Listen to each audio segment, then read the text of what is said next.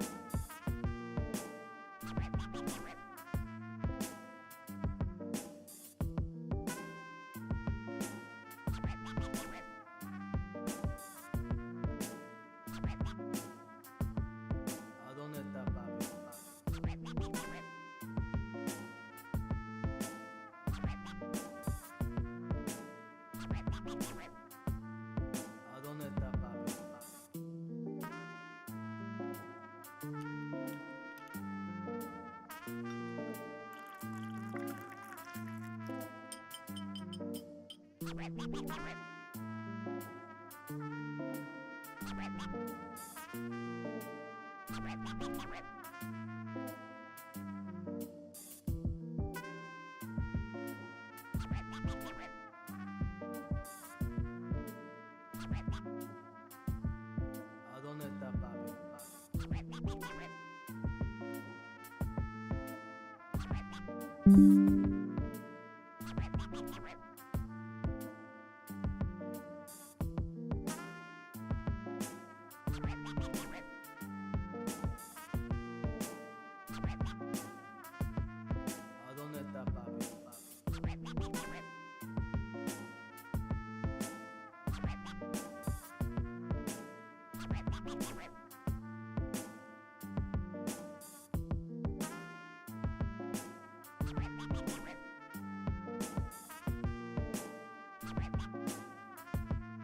¿A dónde está papi?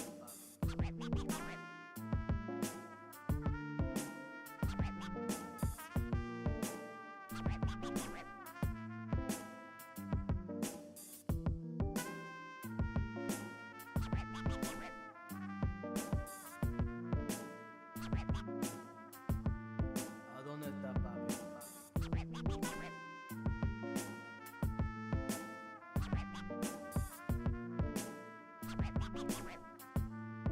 ¿A dónde está papi?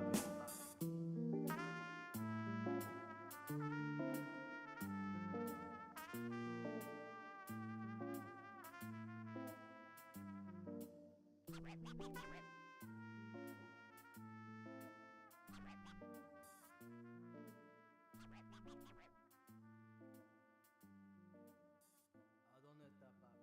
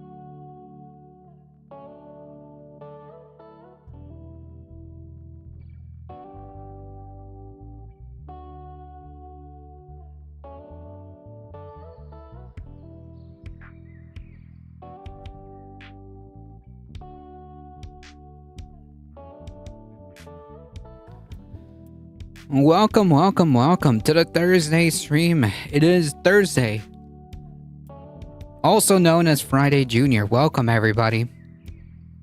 Welcome. I hope everyone's doing okay. All right. Whoops. Sorry about that. There you go. Welcome, Derry Bennett, Quad Bennett, Heat. How's it going? First of all, well, yes, Michael Hasser, Wolf Clan. First of all, before we get started, happy birthday, Heat. Happy affiliate anniversary. Thank you. Apparently, it is my affiliate anniversary. I didn't even know that was a thing. Wolfglen, welcome.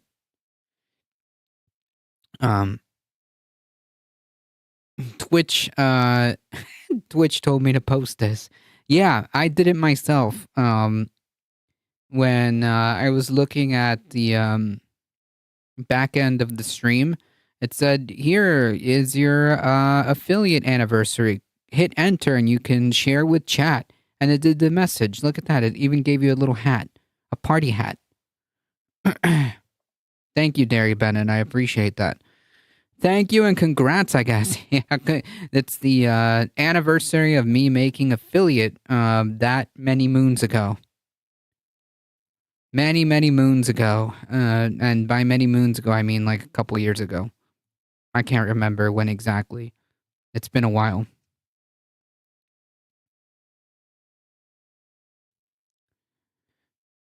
But I couldn't do any of that without you guys. Look at that.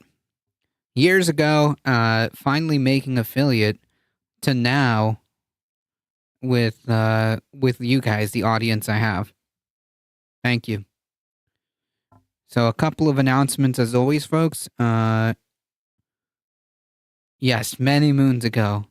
Number 1, please make sure to follow Heat420, Heat420 underscore, and go show her some support.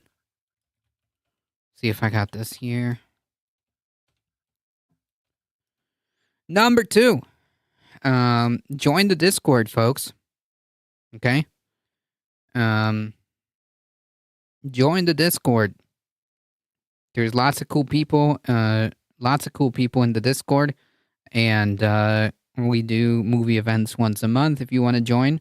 It's every last Saturday of the month. Look at that. We're almost to the first Saturday of the month. So that means you have plenty of time. Thanks. My maiden voyage on Sunday afternoon.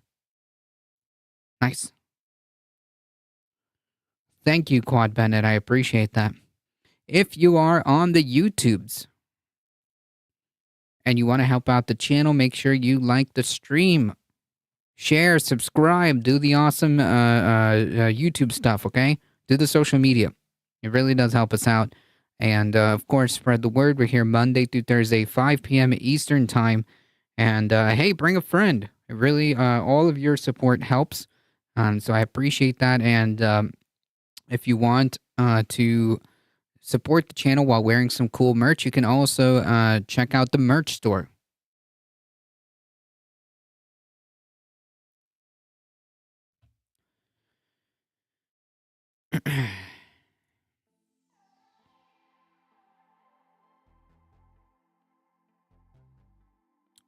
Maybe we should do more movie nights, like unofficial ones, too. Maybe.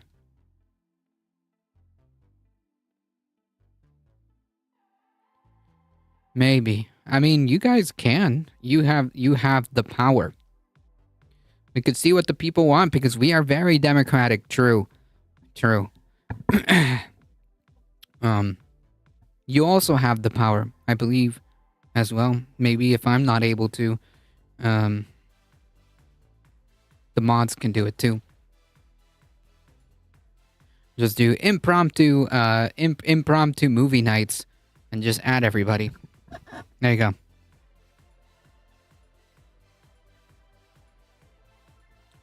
I have reliable internet tomorrow. I can volunteer as tribute. There you go. See? If anybody wants to participate, they can. Look at that.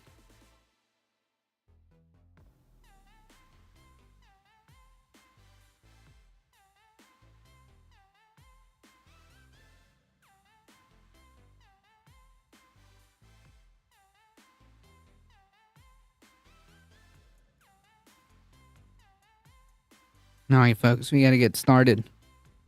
We gotta get started because it's we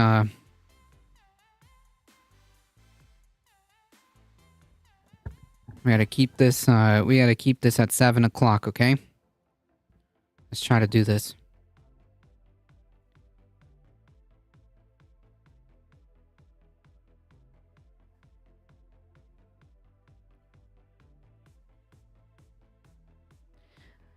Remember how we were talking about the Republican candidate for governor of North Carolina? I don't think we emphasized enough about just how disturbing the situation is.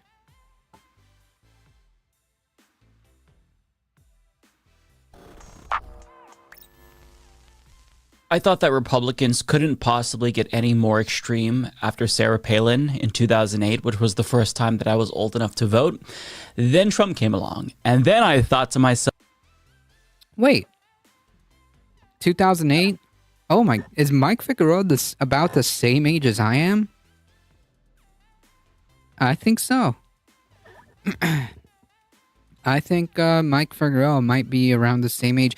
Wait, no, he said old enough to vote, not the first time he voted. Two different things.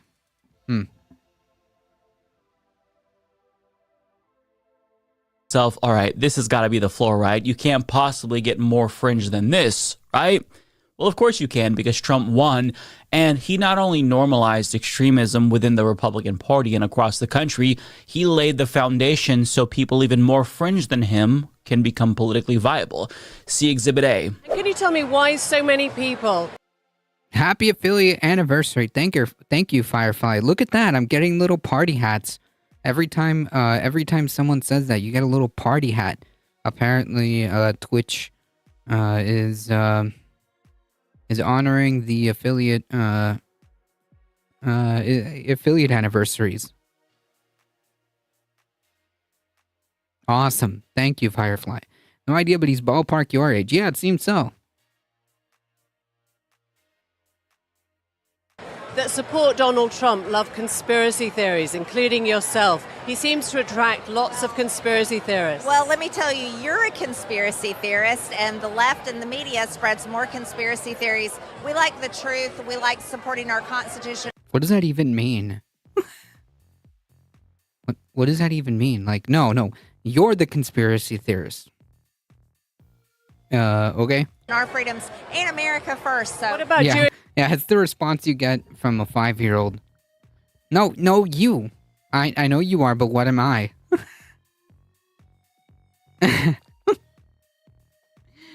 Nuh-uh. Oh, God. Nuh-uh, I'm not. You are. Oh, God. You know, you gotta laugh. You gotta laugh, because, pretty bleak that this is still, by the way, a standing member of Congress. Space lasers. Tell us about Jewish space no, lasers. why don't you go talk about Jewish space N- n- lasers? And nuh-uh. really, why don't you fuck off? Nuh-uh. Oh my God. Whew. Yikes. Can't really address that topic, right? Can't really address that topic. The F-bomb.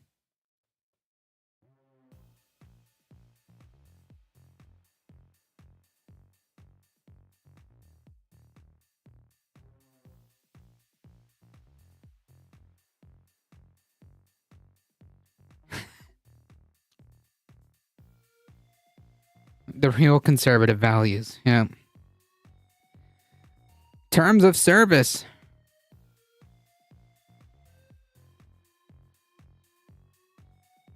How about that? Thanks. Thank you very much. So, in retrospect, Sarah Palin doesn't seem as extreme compared to the Jewish space laser lady. The question is, how long until we look back at this moment and ask ourselves, hey, remember when we all thought that Marjorie Taylor Greene was the worst the Republican Party could get?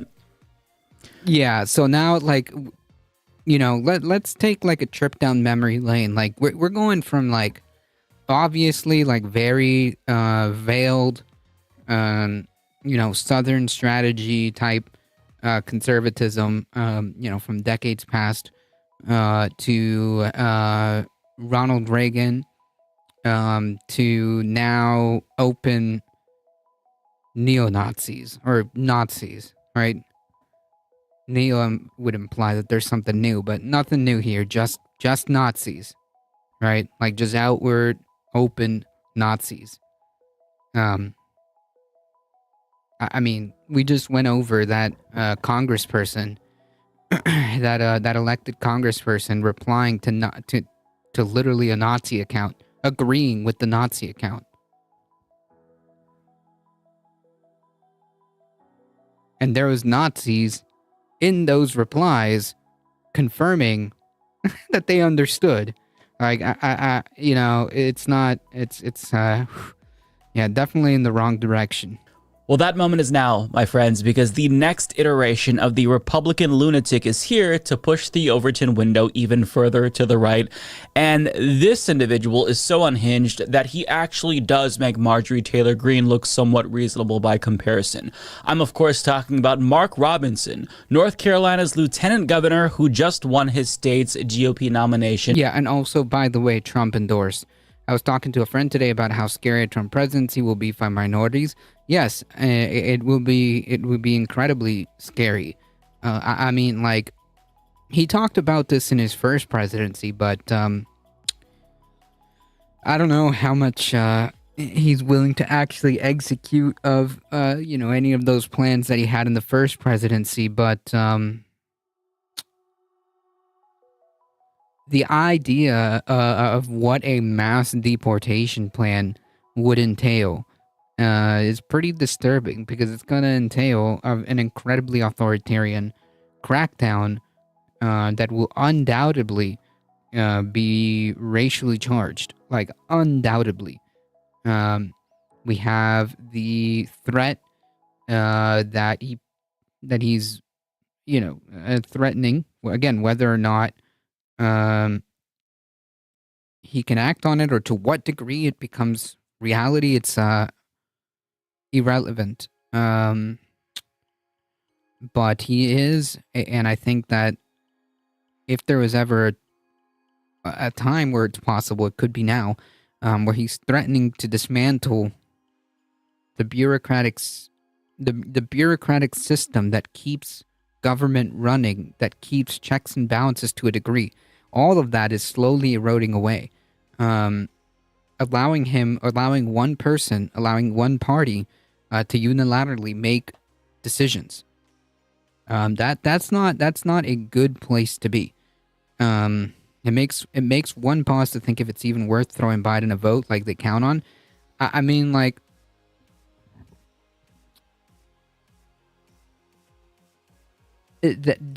absolutely. It definitely does. Because, like, what's the calculus here? Either way, the point being is that a Trump presidency will be bad. A Trump presidency will be bad, and it's incredibly infuriating that the supposed opposition party is nowhere to be found. I just wish he wake up to the uncommitted vote. He has to. There's no choice. It's either he does or he loses. It's that simple. It's that simple. For governor. And of course, he is a proud Christian nationalist who wants Christian patriots to own and rule this nation. But don't take it from me. The Christian patriots of this nation will own this nation and rule this nation. Counterpoint, we're not a Christian nation. Our Constitution is secular. Therefore, to actually turn America into a Christian nation, you would have to do regime change, literally. But it seems like a lot of Republicans are actually willing to do that. But what if those of us who are already here just don't want to live in a Christian nation? What if we're atheists? What if we don't believe in your religion? Well, he has a message for you. As for this not being a Christian nation, yes, it is. If you don't like it, I'll buy your plane, train, or automobile ticket right up out of here. That's nice. Now, he described himself as more of a preacher than a politician. Yeah. Cool. And believes that he has divine authority to crush his political opponents by all means necessary. And he's publicly stated that he's willing to lay down his own life to defeat the enemy. And tell our enemies on the other side of the aisle that would drag this nation down into a socialist hellhole that you... Oh my God. Man, don't threaten me with a good time. Only do it as you run past me, laying on the ground, choking on my own blood. Now, that rhetoric might seem a bit Hitlerian, sure, but that doesn't necessarily indicate his willingness to crush the enemy violently per se. That's a fair point to make. But here he is explicitly endorsing an armed rebellion against the United States government. We're facing a federal government that, let's face it, is tyrannical. Oh, yeah. It is tyrannical. Guys, this is the type of government the Second Amendment was made for. Yeah, and I'm sure that you'll also be Yeah, that's about as unambiguous as it gets. entirely unsurprised to learn that he is a supporter of the January 6th insurrection and calls the people who were arrested political prisoners. So this is somebody who talks openly about domination and the use of violence, and this all sounds pretty Hitlerian, but it's not like he's explicitly quoted or invoked Hitler, right? Well, in a 20... Oh god, it just gets worse and worse and worse. Like, I wasn't kidding when I said that this dude was literally, like, quoting Hitler and shit. Whew. 14 Facebook post, Mark Robinson shared this quote from Hitler about racial pride. Yeah, we may have to artificially expedite the rapture. Waiting on it to happen on its own isn't going to work. Accelerationism into Christo-fascism. Which reads, pride in one's own race, and that does not imply contempt for other races, is also a normal and healthy sentiment. I have never regarded the Chinese or the Japanese as being inferior to ourselves. They have the right to be proud of their past, just as we have the right to be proud of the civilization to which we belong. Spoiler alert, it turns out that Hitler actually did believe that whites were the master race. But what if it's the case that he liked that quote and didn't know he was quoting Hitler? What if he wait till he finds out what Hitler thought about black people? True. Well, he knows it's Hitler because he's defended his use of the quote and hasn't taken it down. But you see, it's not like he's quoting Hitler because he likes Hitler. He's quoting Hitler to educate his followers, that's the excuse, about the dangers of pride more generally speaking. And as he put it just a few months later, he'll accept gay pride when you accept white pride. Whew. Yeah. Totally the same thing. Oh, man. Hey, howdy. Welcome.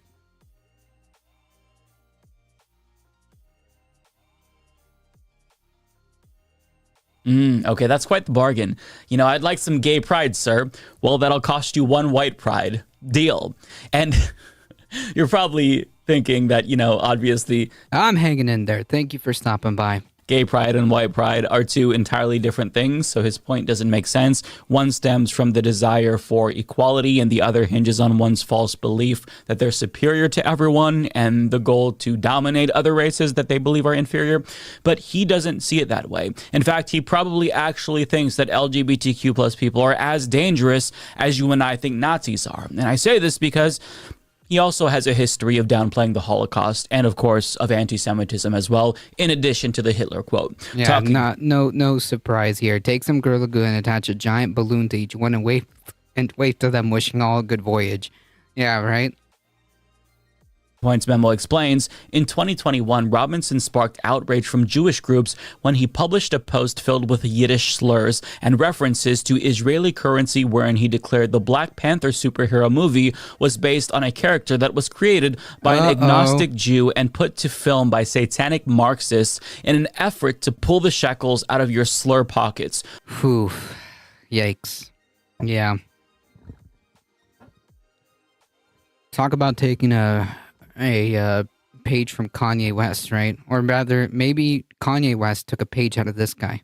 Those comments that drew attention are not Robinson's only... Again, it's not like this was like a long time ago, you know? This was literally 3 years ago. 2021 was 3 years ago. Controversial take on Jewish issues. Over the years, Robinson repeatedly questioned why criticism of Nazis was such a prominent part of political discourse. He argued that Nazism was defeated in World War II, while the continued spread of communism was a more pressing problem. In one of these posts, which has not been reported before, Robinson seemed to veer into Holocaust denial. Quote, there is a reason the liberal media fills the airwaves with programs about the Nazi and the 6 million Jews they murdered. He put 6 million. Oh, no. Yeah. Jews in quotes, by the way, wrote Robinson. There is also a reason those same liberals do not fill the airwaves with programs about the communist and 100 plus million people they murdered throughout the 20th century. Now, this is why some people... Whew. Yeah. Yeah, this is Holocaust denialism. Nope, it's alive and well in the U.S. Clearly.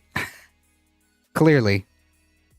Have, I think, reasonably speculated that Mark Robinson is likely a neo-Nazi, even if he doesn't self-identify as such, or at a minimum, he's a white supremacist. Now, that seems weird because we're talking about a black man, but I mean, you can still espouse white supremacist and anti-black talking points regardless of who you are. And in a 2017 Facebook post, he said he doesn't actually consider himself to be part of the African-American community, and he also made very racist comments about black people in response to a news article that he shared, and he also shared images of the... Ooh. Yeah, it just keeps getting worse and worse. This is by far the worst time period in American history right now. I mean, Homer Simpson meme?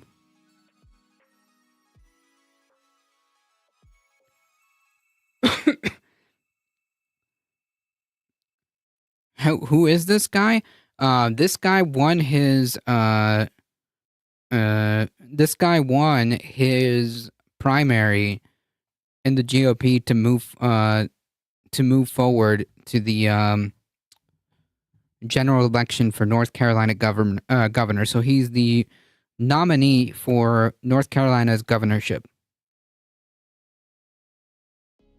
Only one in four in my state graduated from high school. So the entire history of this country is genocidal. True. It's that Homer Simpson meme. It's like, oh, it's only the worst period of time so far. Oh, God.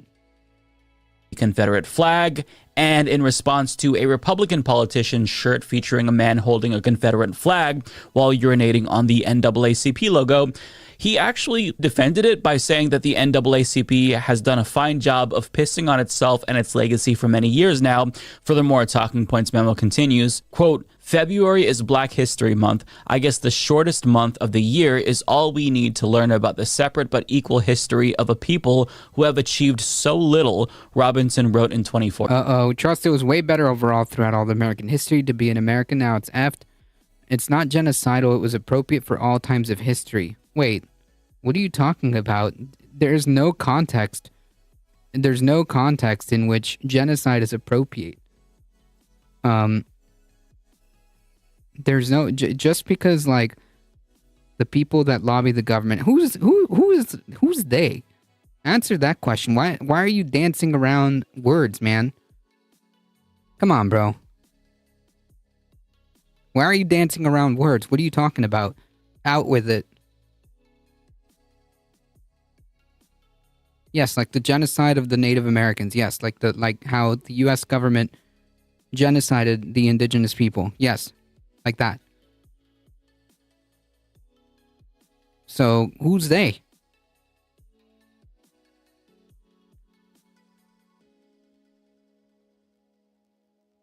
The Satanist rich people. What does that mean? Expand on that. Come on, stop being a coward.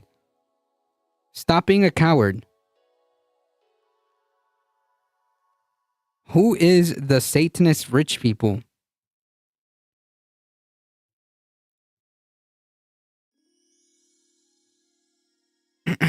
What does that even mean? Can you elaborate on that?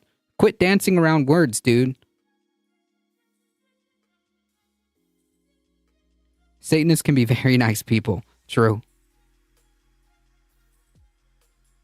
Well, there's a big group you gotta eat a baby to get in. Nah. Come on, man. Stop being a fucking coward. Okay? You're dancing around words.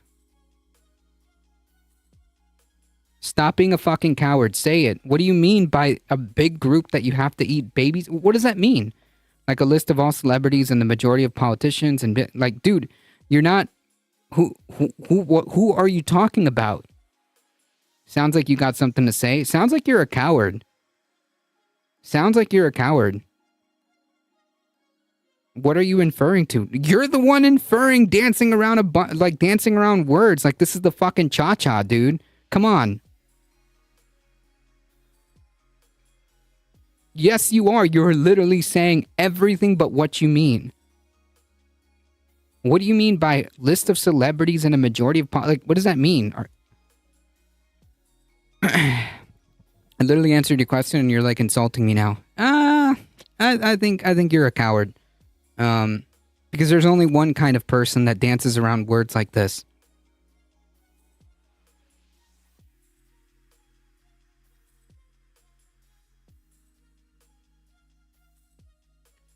The best people to have power are the ones who don't want it. True.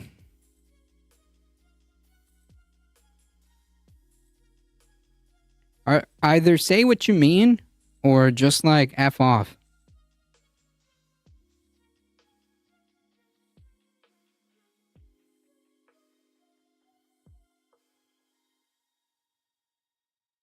What Satanist cult? Like, how do we even prove that? How do we even prove that? What does they say? Like, what do you mean by Satanist cult?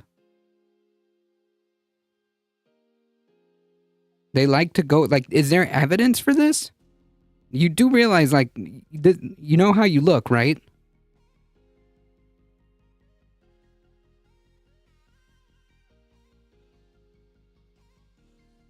Anyway, so basically what they were trying to say, they meant Jewish people.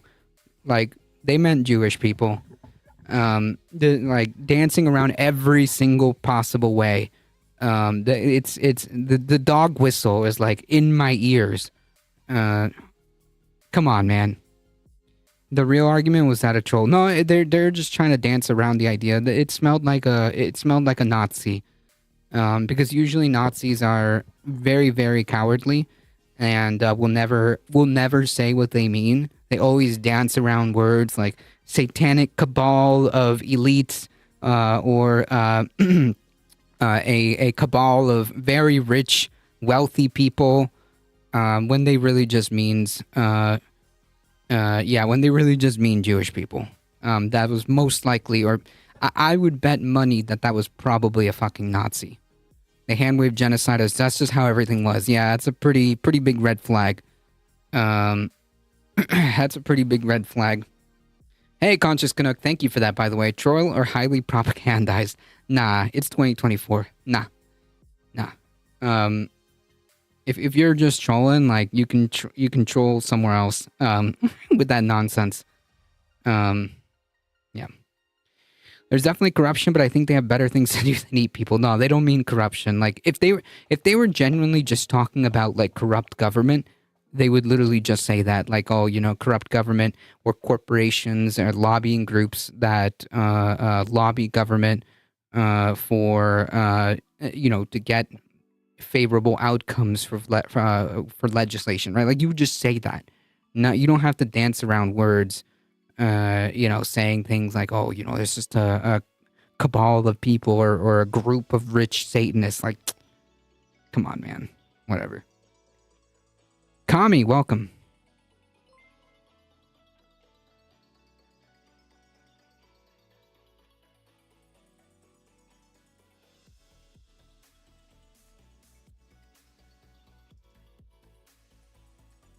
They're just too cowardly. They were just too cowardly to just outright say that they're a freaking Nazi. We always get the best trolls in the first hour, true. Too much of a coward to just say that they were a Nazi so they can just be banned and moved on with. Instead, they waste everybody's time by dancing around words. Whatever. Yeah, we had what I would estimate if I had to pay money, if I had to bet money, I would put money that that person the troll that you just missed, Kami, was most likely a Nazi. 14. Robinson also took issue with Kwanzaa, a holiday that celebrates African American heritage. Random thought, after Christmas edition, Robinson wrote in early January of 2018, Kwanzaa is Hanukkah on food stamps. So he said some very insensitive and downright racist things. Ooh, Yikes. about Black Americans that his white GOP colleagues are probably thinking but don't want to say because they're afraid that they'd be called racists. And that is very dangerous. They DM'd you? Oh, God. What did they say, if you can? If you can say it, what did they tell you? Like, that's an immediate ban. Yeah, ban and block. That's an immediate ban and block. Must be that time of day they finish their after school juice box and snackies, and mommy let them go on the internet for just 2 hours before dinner. I have to go do homework. True. Oh my goodness, man.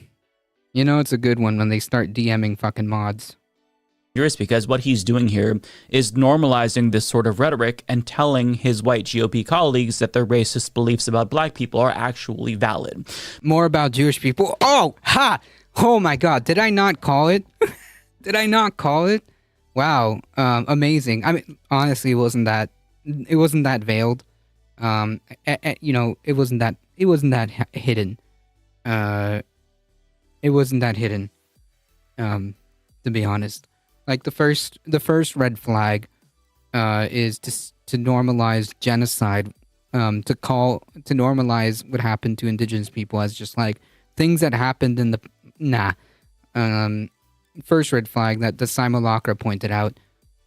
Second red flag is the obvious allusion to Jewish people. Yeah. Wow. You don't have to get worked up about it. Just tell them to bring the receipts, reputable news articles. Otherwise, it's just a fantasy. Oh, it's completely anti-Semitic. It's completely anti-Semitic stuff. Like, I knew where this was going. I knew where this is going. I'm pretty sure, like, you know, most of you did. Yeah. I'm not even getting worked up. I'm having fun. Okay. I'm trying to keep it chill. Nazis come in here. They don't last very long. We didn't even get into slavery, convict leasing, Jim Crow. Yeah, they would probably think that that's a good thing. That was just how things are and how things were. I was waiting for the Democrats' Pizzagate bomb. No, this was just your classic Nazi. Although they may subscribe to that, I don't know. It's probably the Pizzagate stuff is probably a Jewish conspiracy theory too. But he doesn't just pick on black Americans, to be fair, because he also called women who got abortions murderers. And of course, he also hates LGBTQ plus people a lot. Yeah, no, like normally these Nazi clowns come out of the woodwork when, funny enough, we start criticizing and pointing out the very open and obvious Nazi elements of the Republican Party. Yeah. Within the sphere, probably a lot of, if not like all, like conspiracy, like deep conspiracy theories, almost all of them end up being some sort of anti-Semitic thing. Like just look into it far enough, and you'll find the Nazis in there. I was so sheltered. I'm like a dog who just greets everyone the same. I can't smell the Nazi stench very well yet. You get used to it. Abon, thank you. See that? You get to press a little button, you get a little party hat each time. You get used to it. You get used to it.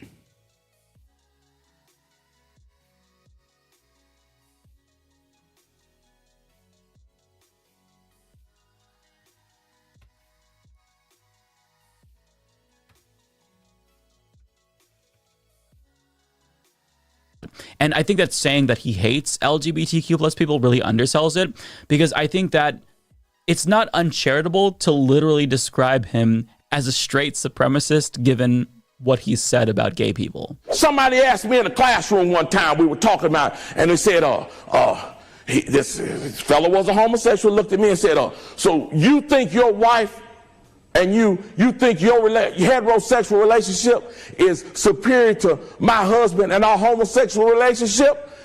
Yes! I mean, he's pretty clear, right? He is a straight supremacist. Now, in that same anti-gay screed, he also made the point that God has a purpose for literally everything, even... Yikes. My upstairs neighbor sounds like he's crawling around his hands and knees. Oof. something so insignificant like cow shit, for example, because at least cow shit provides nutrients to the land, right? But there's no purpose for homosexuality. What's the purpose there? There is none, right? Hence why straight relationships are better, because they can produce children, although not all straight relationships can. He didn't acknowledge this, but, you know, his point is that there's no point to homosexuality, therefore it is not of the Lord. But rest assured that even though he thinks that gays have no purpose, well, as an elected official, it is his duty to protect your right to exist as a gay person. Now, the problem is that his tolerance ends there, and usually he'll make that comment about them having the right to be gay or trans after saying some terrible shit about them. But he might think that gay people and trans people are at least allowed to exist, which, awesome. We're not to the whole let's kill gay people at this point in time within the Republican Party, at least publicly. But he does think that... Gotta really look inside yourself when you make comments like that. Yeah, I mean, like, there's no introspection there. It's pure, unfiltered, unadulterated, religious, ideological indoctrination, right? Like this Christian nationalistic dominionism that has led, him down this path. No doubt about it. This is complete. There's no rationale. There's no logic being used to justify this ideology. There's nothing. It's just all complete, unfiltered, just Christian nationalism with Christian nationalist ideology. There exists. Is North Carolina more Republican? Yeah. We're in for 2 generations of this shit, aren't we? Yeah. If not more. This isn't going away, by the way. This has only been, as the decades have progressed, this has only just kind of gotten worse and worse and worse and worse and worse and more open, culminating in like open, just straight up Holocaust denialism, running for governorships. Since should be policed heavily, since their existence falls under a different category than freedom and liberty. It's this new third category that he calls pure illness. You know, there's freedom, and there's liberty, and then there's pure lunacy. And lunacy is turning on the Olympics and seeing a man lifting weights against a woman. Lunacy is turning on the television and seeing a story in the local news about a man wearing a rainbow dress with horns in his head, his face all painted up, dressed up like a woman, sitting reading to children. So while you might have the freedom to be gay or trans, there are certain elements about sexual and gender minorities that fall under this new category of pure illness, where those things don't have to be protected according to him. Right, because this is, it falls under this whole far-right ideology, right? How can I be more like you? By being me. North Carolina has actually more independent registered voters. I didn't know that. What did you do to get banned in homozygotes, chat?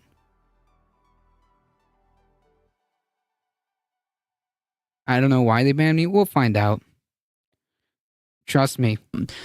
It won't take long. And it doesn't have to be protected because it's tantamount to pedophilia, which he describes as one and the same with being gay and trans. You know, back in the day, we had them kind of folks back in the day. Back when I was a kid, my mom used to tell me about it. She used to tell me, y'all go down to the playground now. If y'all see anybody out there hanging around in a raincoat, Come on. and you don't see no pants hanging out in a raincoat, y'all get y'all stuff and come on home, cause that's what we call a pervert. And you don't get out there. Right! Everybody thinks this stuff is new. This ain't new. Didn't we literally just watch a 1950s advertisement describing this exact scenario, trying to paint gay people as predators? This is literally like linear from people watching this like homophobic campaign from decades and decades ago, and that's been permeated through conservative culture to now this dude was like, yeah, remember, my mom told me about, these trench coat wearing perverts. And of course, it's LGBTQ people. I have a 17-year-old nephew that is on a path to becoming a priest in a monastery where I'm from, and he's saying stuff like this, man. Jeez. Whew. Somebody somewhere right now on the internet grooming somebody's child to put their hands on them right now. You ain't got no reason to be teaching these children that those kind of concepts unless you got some like the old folks used to say, some idea about putting your hands on. Yeah, so he just implied that gay and trans people are all child predators. And they've always existed, right? Since he was a kid. His mom was warning them about perverts, but now we just give those same perverts civil rights. It's just all one and the same. But gay and trans people aren't just child predators, according to him. At least when it comes to trans people, he also thinks that they are demonic, literally. The transgender movement. Yeah, that's not unique also. This type of ideology is necessary. This type of rhetoric is necessary. Because it's the beginning, and it's necessary to dehumanize LGBTQ people to then be able to sell the idea that you need to get rid of these people. That's how you normalize it. You strip away their humanity. They're demons. They're not of this. They're not like us. They're not human. And at that point, you can just do whatever you want to them because they're demons. They're not human. I had a long convo with him to see things differently. He hasn't talked to me since. Yikes. All you can do is, if they're willing to listen, all you can do is offer your point of view. And if it's like family that you're very close with, all you can say is that, you say your piece, you say you have concerns with the path that they've chosen. And if they want to talk about it and get out of that, you're always welcome to listen to them. A cult member is not going to leave the cult because you convince them to leave. Does that make sense?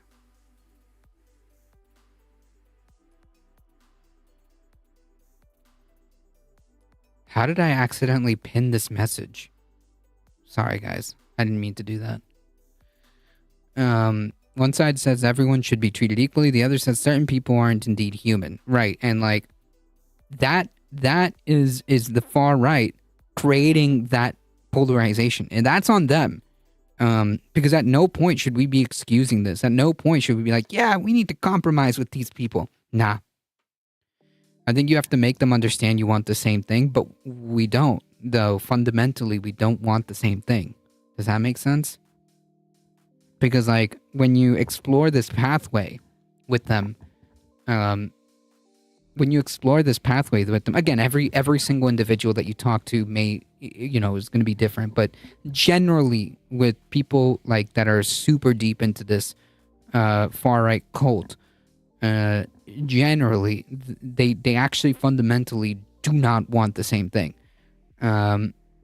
Superficially they might say that, I just want to, for freedom and rights and everything, but they actually don't when you start exploring what they actually believe. And they get super uncomfortable when you actually show them that. That's when they shut off, normally. I think it's come from distrust of the government. Maybe. But, not, you could go down that route, that rabbit hole with them to explore if that's actually the case, because, in my experience, it's not just government is to be distrusted. It's immensely difficult to break through the willfully ignorant. Yes. We are talking about family members who we love and want to help see facts when they don't want to. Right, which there's nothing you can do, right? Other than express your concern and say like, hey, if you want to leave this path, I got you. If you want to leave this path because it doesn't end well, I got you. Give them off ramps if they want to take it, to get out of this cult, to get out of this dangerous and violent ideology, especially if they're family members who you communicate with regularly, whatever that means to you. You know what I mean? Movement in this country, if there's a movement in this country that is demonic and that is full of the spirit of Antichrist, it is the transgender movement. And this same people gonna tell me you need to believe in global warming, and then they tell me, Whew. Yikes. So apparently the trans people, the trans movement, the trans movement apparently is also responsible for pushing the fake idea of climate change. Got it. Like, what do you do when you're so far divorced from reality, right? Like, you are on a completely different galaxy in terms of reality, my dude.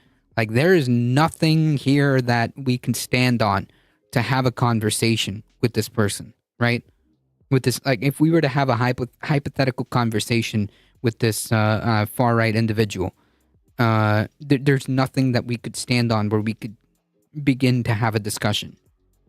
And to add to that, like, there's nothing to discuss, right? Like, human rights are human rights. That's not up for debate. We're not debating whether or not trans people have a right to exist. We're not debating whether or not a person has the right to bodily autonomy. That's not up for debate. That is not up for discussion when it comes to politics or a political leader who has responsibility of making decisions that affect people. It's funny because when I was a Christian, we were encouraged to evangelize our friends and family. Now I feel like I'm doing it for the other team. It's my birthday, so of course. Nice. Happy birthday again. Human being, thank you for the follow. I appreciate that.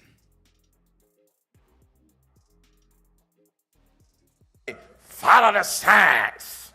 So LGBTQ plus people are predators, trans people are demonic. Anything else? There's no reason anybody anywhere in America should be telling any child about transgenderism, homosexuality, any of that filth. And yes, I called it filth. Whew, yikes. That's a red flag. That's that's genocidal fucking language, dude. That's genocidal language.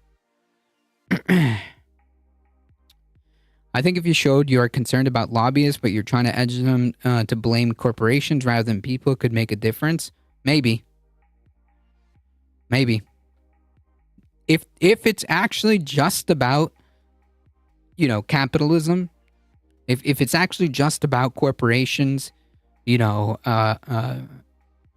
throwing their weight around and crushing the working class, buying government, if it's actually about that, you can probably talk to that individual and you can probably find out if it's really that. But then, at that point, why not just talk about corporations? Does that make sense? Why are we talking about completely delusional conspiracy theories that have nothing to do with that? Does that make sense? Just like when we were exploring our Nazi friend who was here, they would literally dance around and play word games when they could just say that the problem is that capitalism has reached its peak final form and is currently unsustainable and is crushing the working class. Capitalism through oligarchs are buying and effectively creating and have created, I should say, a plutocracy or oligarchy, and that's causing anti-democratic problems You just say it. That's my point. Known troll. All right, bye. Thank you, Michael Hassler. Yeah, known troll. Okay, bye. Yeah, I get what you mean exactly. So, like, do you see, like, if it's really that, then you'll know. You'll know. And if you don't like it that I called it filth, come see me and I'll explain it to you. Of course. Why wouldn't he also think that queer people are filth as well? And by the way, it's not the first time that he's referred to the LGBTQ plus community as filth. He's done it on numerous occasions. And it's clear that he hates queer people so much that he is this close to just publicly saying the F slur at this point. Wait, it's not possible. No. Also, again, just to reiterate, this is incredibly outward, open genocidal rhetoric, right? It's unambiguous to constantly refer to the group of people that you want to otherize as not human, i.e., demons or filth. So yeah, this is again. Not just some random dude screaming on Facebook. Not just some failed fringe candidate. But the actual nominee for a governor of a state in this country. Loudly declaring hatred and intolerance as more about him than the targets of his rhetoric. Yeah, I don't even understand how people have the energy for this kind of hatred. Well, there's no hate like Christian love, right? He wouldn't, right? Come on. In a 2017 Facebook post, he actually dropped the F slur. He did the thing. He actually did it. Now, he did use the @ symbol to denote the letter A, but I think we all know what he's doing here. Yeah, and also to try to skip by the automatic filters, right? 2017 is less than 10 years ago. 2017 was what? It was about 7 years ago, wasn't it? Here, he took it all the way. Home run, touchdown, baby. And I'm laughing because it's so funny how there are people who have just no filter, right? Everything they say is total verbal diarrhea, just stream of consciousness. And usually those people don't enter politics because it's kind of a bad thing to say like every single thought that comes to mind. But he's just like, he's taking it all the way. He's using the F slur on social media. It's so wild to me. And Republicans are like, we want that guy. We want him to be the governor. Now, you might have heard the name Mark Robinson even before he won his election recently, because this is the guy who went viral recently, who said that trans people should be banned from using the restrooms of their choice, and if they have to go to the bathroom, then they can just defecate in street corners. And we haven't even scratched the surface, as Democratic strategist Keith Edwards explains. He also thinks that Beyonce is satanic. He says that mass shootings are karma for abortion. He called school shooting victims prostitutes. Oh, yeah, we went over this tweet, actually. Yes, we went over this tweet yesterday. He thinks that the moon landing was faked. He thinks that lizard people are real. He called 9/11 an inside job. And he thinks American Idol is the sign of a new world order. And if yeah, how much money do we want to start betting that all of this, these wild conspiracy theories that he believes in, have some kind of anti-Semitic background to it? If I had to guess, I would assume that he'd find Marjorie Taylor Greene's Jewish space laser conspiracy theory pretty compelling. Now listen, I can go on all day, but the point is, he can win. Singing competitions are kind of evil, though. True. He just won the Republican Party primary for their gubernatorial race. This man could very well become the governor of a whole ass state. And yes, his ideas are psychotic and they could turn off a lot of people, but still, he is a charismatic politician who's able to command the attention of crowds in the same way that Trump can. So I think we underestimate him at our own peril. He can win. And if he does, we'll all be shocked and outraged and see it as a new low for the Republican Party again. But how long will it take until he's seen as the more reasonable Republican compared to the next lunatic that comes along in 5 or so years? Maybe the next one doesn't just quote Hitler. Maybe they'll praise Hitler directly. Maybe the next one doesn't just support violence, but maybe they literally engaged in violence themselves before getting elected. This race to the bottom is becoming very horrifying and sad, and we're on a very dangerous path as a country. Agreed. 100%. When the TikTok Nazis can vote, world will be a weird place. American Idol never took advantage of anybody. Never. A thing that's never happened.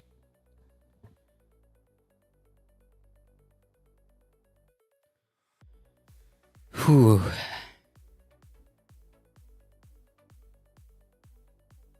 Because, like, I mean, what's the next stage, actually? Like, what is the next stage? Like, the only thing left is just straight up swastika armband, Sieg Heiling Republicans running for office, right?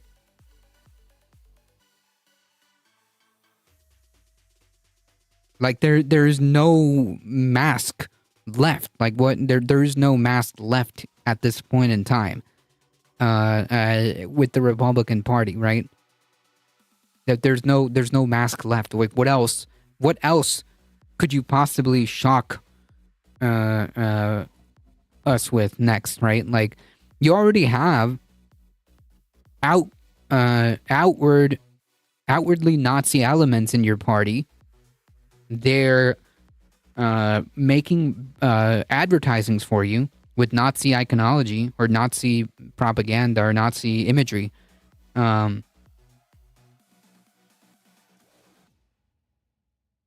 Nazis are openly and outwardly showing support for your party. Nazis are embedded in the most influential areas. So what is left? We have Congress people, like elected members of Congress, retweeting Nazi accounts. What exactly is left other than to just, like, goose step wearing a fucking swastika armband? Really? That is where the Republican Party is at this time. Doesn't even need to be anti-Semitic. Hate is hate. It feeds itself until it consumes. Yes, fascism, generally speaking, is a self-destructive ideology. But as you just pointed out, how much collateral damage is there going to be? The only silver lining is, thankfully, these fascists are also incredibly incompetent and not very bright. That's the only silver lining about this. Yeah, Trump normalized a lot of things, not just racism, but yes, that too. I saw somebody straight up say Obama made up colonialism. True. It was Obama himself. Single-handedly.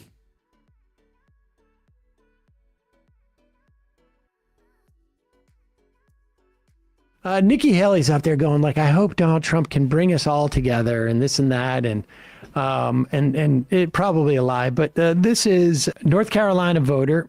She is talking to Shaquille Brewster, who's from NBC News. He was going around basically talking to North Carolina voters, asking them about Nikki Haley and Trump. And I guess my point with this is that, like, Republican voters are Republican voters.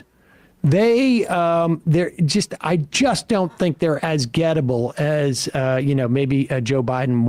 They're not. They're not. Sam is completely correct. And I've said this. You're just not going to get Republican voters. Even the most moderate Republican voters, majority of them are just going to vote Republican down the line anyways, even if they don't like Trump. They're going to destroy themselves. The only variable is how much collateral damage. Yes, the other silver lining is now we have global instantaneous communication. That cuts both ways, right? That's the reason a lot of this dangerous ideology has spread, but also the truth has also had an issue because of that, right? What's the not analogy, but the euphemism. A lie can spread faster than the truth before the truth even has a chance to put on its shoes. Yeah, social media spreading misinformation, disinformation. It cuts both ways. I've got to go. Thank you for the stream. I appreciate that. I'm a proud lefty troll. I only get banned in a MAGA troll farm. I figured I'd be safe in here. I agree with everything the streamer's been saying. I don't know, man. What did you do to get banned on lefty channels if you are a lefty troll? That makes no sense. Wants to think they are. And I think there's a lot being made of like people voting for Nikki Haley that don't necessarily, it's not necessarily going to translate in the fall. And here is and this is NBC. the white woman. She's a white woman, right? Here. This is the kind of voter Biden is targeting, that the Democrats and the Republicans are going to be jockeying over white suburban women. That's Double-edged blade, yes, and they're hugging the blade with all their might. Oh yeah, let's be clear. Yeah. If you're a Republican, there is a 92% chance you are white. Yes, but my point, to be clear, the point is that like this is still though Biden thinks these guys are more gettable than the uncommitted people. Here we go. What made you switch from Trump to Nikki Haley? The man is a lunatic, and I think he's terrible for the country. What are you thinking about when you say that? Just that he lies, he cheats, he's bankrupted millions of businesses and people, and I don't see anything good about him.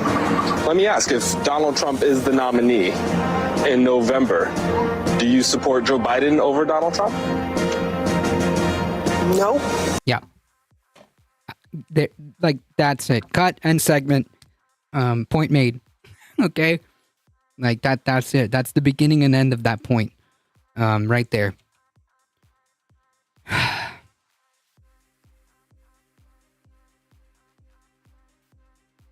The amount of people that are genuinely thinking, first of all, the amount of people that are genuine, like real Nikki Haley supporters is not a lot of people. The follow-up to that is the amount of people that are true Nikki Haley supporters that would go from Nikki Haley to support Biden is infinitesimal. Okay, it is a rounding error. And the amount of people that would actually switch, that were Nikki Haley supporters, and then they were like, "Oh, I'm gonna vote for Biden now." It's literally like a statistical like rounding error. And versus the amount of people that are screaming that you know, you're throwing this election away on this for genocide. The scale of it is just so one-sided. Like Joe Biden has this, like, if we're just talking purely strategic, on a purely strategic stance, if he actually does want to win the election, or at least have a chance, more so than he's right now, because things don't look great. Things do not look great for Joe Biden at the moment. The clear and strategic decision is to just try to win your base back. Okay, it's just to win your base. I had this conversation in 2016 with my employer. They always say this. What made you switch from Trump to... Loud was the voice of the lonely goat. I mean... Whoops. Like, what? Like...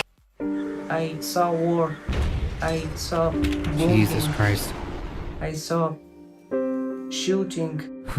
Like, I'm just trying to think of like a world where that reporter asked the woman that question and she responds like, what she would have had to have said about Donald Trump to say, I'm not going to vote for, like, is she like, he came to my house, he stabbed my entire family. Yeah.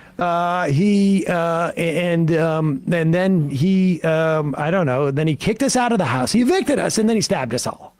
And are you going to vote for Joe Biden in the fall? No. Nope. Trump literally said it. I could shoot somebody in the middle of Fifth Avenue and I wouldn't lose voters. He literally said it. I'm calling it. Biden steps down for medical or personal reasons and Harris is up for the general. I mean, like, if that happens, that is marginally better than the situation we're looking at here.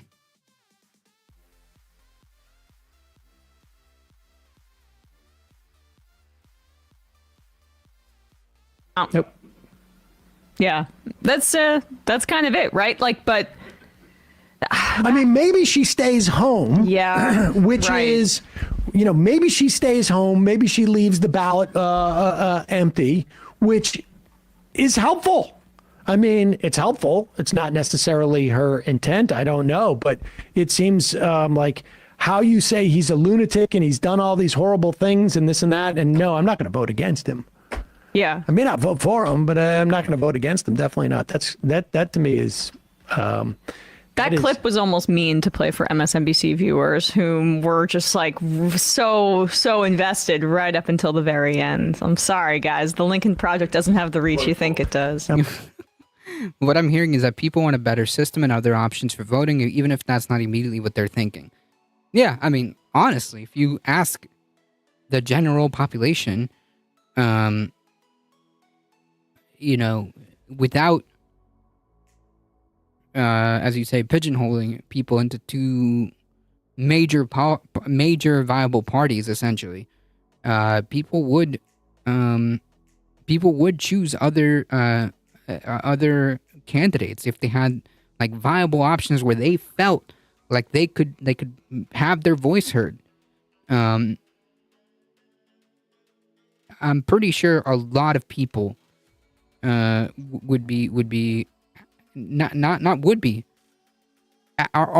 asking for alternatives. We've been over the articles where, like, literally, even within like the Democratic base,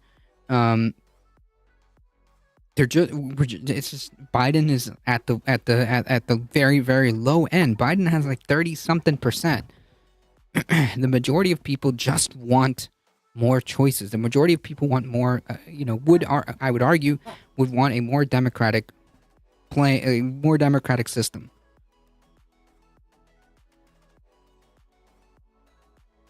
A majority of Republican primary voters do want Trump. Yes, that is true. A majority of Republican primary voters do want Trump. Yes.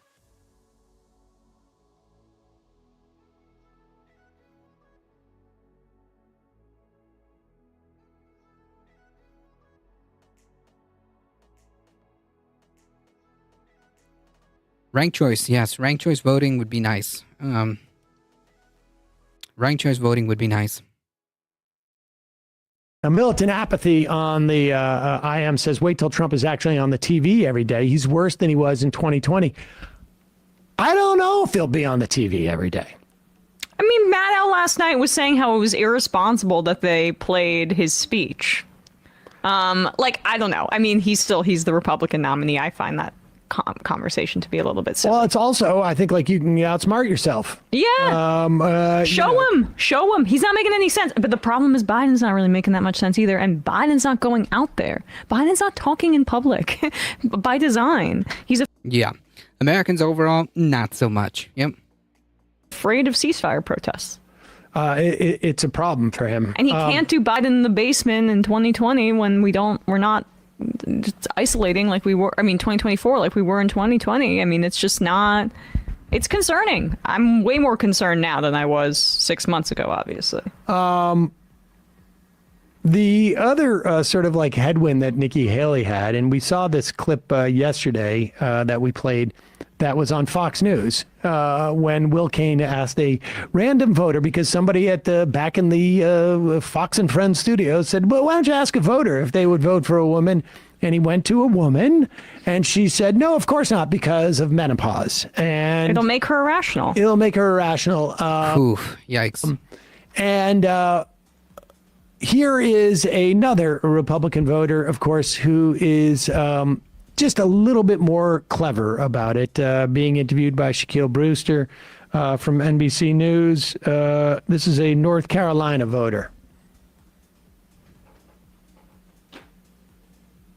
What do you think of Nikki Haley? Did you ever consider her? You know, what I got to say, you don't really want to put it on. Let me hear it. Uh-oh. The woman's not going to be a good president. Uh-oh. She don't have no balls to scratch. She's just going to scratch her head. All a woman's good for in my book is having babies and taking care of. Oh, man. Whew. Whew. Wow. Really just saying it, huh? Really just saying it. Yeah, and testosterone doesn't do the same thing. Yeah, we're very rational and normal decisions being made by the likes of like the U.S. officials, the Biden administration, Biden making decisions to sell weapons that are being used in a genocide. Yeah.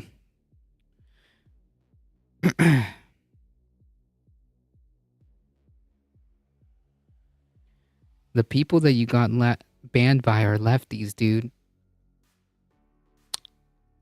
That's the point of the bot. The bot is a lefty bot. Something's not making sense, dude. Maybe if you time him out again, maybe the fourth time he'll get the message. Wonder what he thinks of this journalist. Of the house but that's the old thing, but I'm old school. So you never even considered her? No. Mainly because she's a woman? Because she's female. I mean, females, don't take me wrong, females know what they're doing, but they still got to have a little bit of guidance.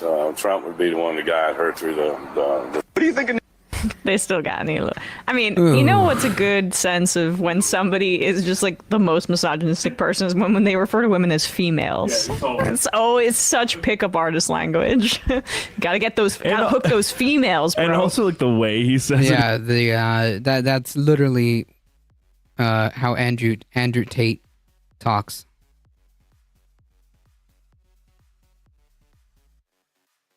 That's literally how Andrew Tate talks.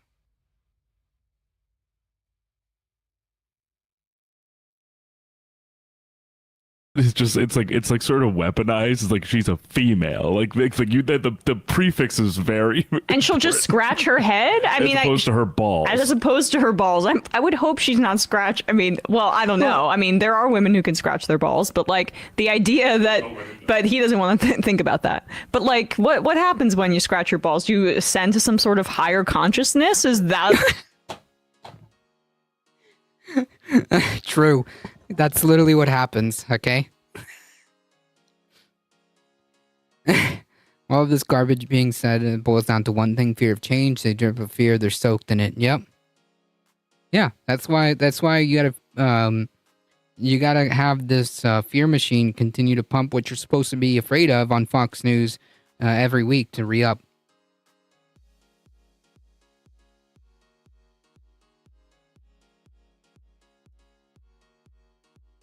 Yeah, these are the right-wing channels he's been banned from. Okay.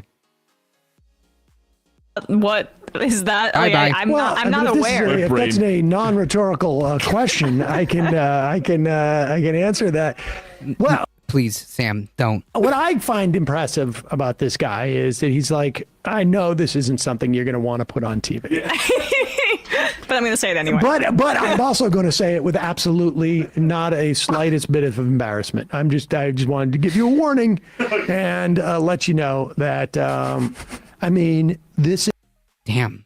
Like I just thought about that. If that dude that was interviewed is married, oh my God. The poor spouse. Listen.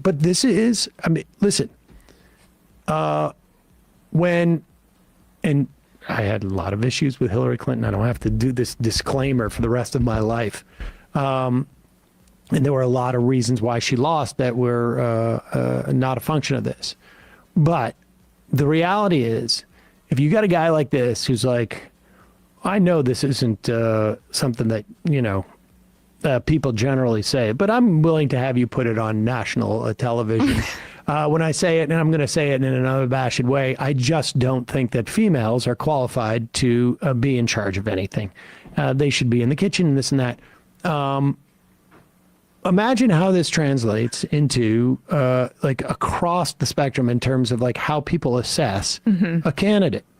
And I don't think that I think a woman could win the presidency in this country, but understand there are headwinds that exist the moment they show up. Now, I also suspect that this guy would not vote for a black or brown person to be president, but I think that he would be less likely to say, I don't want this on, I don't know if you want to hear this on television, then go and say it in such a sort of like a casual manner. I think he would probably say like, I just disagree with him and who he represents or she represents. I think he would probably be a little bit more obtuse about it, but it is fascinating. I have a feeling there's a lot of people who vote this way. Even if they don't even fully understand that that's why they're doing it. Correct. Yep. And again, they would literally they're still going to vote for Trump. They're still going to vote for Trump. They're not, they're not, these people aren't going to switch to Biden. This guy just does. I mean, you got to applaud his consciousness. It must be from all that ball scratching. I really would love to see the outtakes from this if Brewster actually, like sort of says like, getting back to, I know that's a clever saying. If you're not scratching your balls, you're scratching your head like you're bewildered. But what is the upside of the value of scratching that's your balls? it. Oh, okay. Yeah, that's what it is. Oh, okay. There's other areas to scratch. If you're not scratching your balls, you're scratching your forehead. You're like, the scratching the head, like, how does this work? But I'm not clear that like you're like, how does this? I know how this works. Like I don't. It's not like putting your fingers on the confusion valve. Let's put it this way: that saying is a saying that says that is like you could apply to anything for this guy. In other words, are women as capable as men? No, because when they're not scratching their ball, it's like one of those. Yes. But I just don't like. It would have been interesting to have Brewster say, getting back to the scratching the balls thing, how does that convey competence in your mind? Yeah. Well, yeah, you're going to have to like watch the gears turn and watch him get all defensive about it. Because once they realize that what they're saying doesn't make any sense, normally... they get very defensive. How about we all use lotion? Well, maybe he just wanted to move away and definitely did not want to shake his hand because he doesn't know where it's been. Exactly. I got news for you. If I walk into any type of establishment, business establishment, and the person who greets me is scratching their balls, I'm not thinking this is the competent one. Run for president, sir. I have something very sensitive I need you to take care of. And I am really, you strike me as someone who knows what they're doing, sir. You just exude authority. There's so many places we could go. With this. But perhaps we shouldn't. But probably best that we don't. Because it's not inconceivable that you could walk into a place and a person without balls is scratching that area. Yeah. And how would you know? Well, you don't necessarily know, but maybe you just like, if anybody's scratching any part of their groin, then you're like, competence. He's close to the truth. Are you scratching? He's over the target. True. Are you scratching or are you just wiggling? You're like, what are you doing there? Sorry, I'm over the target. Oh, God. All right. Yeah, I don't know, man. I've turned the phones on. It's called the stink palm, Sam. Great way best your Oh, gosh. We got to this a little bit earlier than we wanted to in the Yeah, show, I whoa. suspect. We still got an hour. Yep. Phenomenal.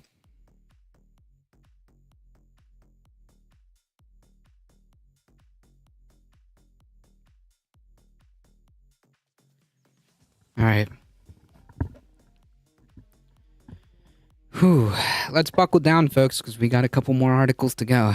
But first, a clip. Volunteer organizations are having to airdrop food into Gaza so children don't starve to death. Hasn't it reached a point now where the president just has to do something? He has to, On CNN, by the way.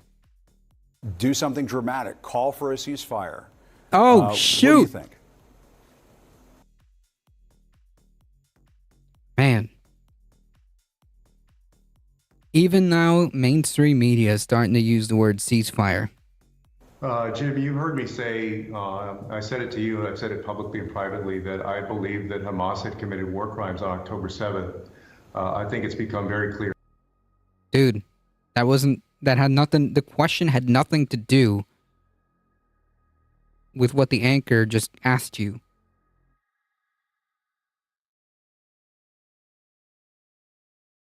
That Israel has now committed war crimes. They are intentionally starving people, and there are hundreds of thousands, if not millions, of people who are starving. True. So the president should absolutely call for a ceasefire tonight. True. The United States and the president and the Congress are either going to stand up for human rights, what the United States professes to believe in, and we do, or we're going to stand down and do nothing and let these people starve. This kind of unconscionable act is not in the interest of the United States, of Israel, or obviously of the Palestinians. And so I hope that the president will call for a ceasefire. Nice. Nice.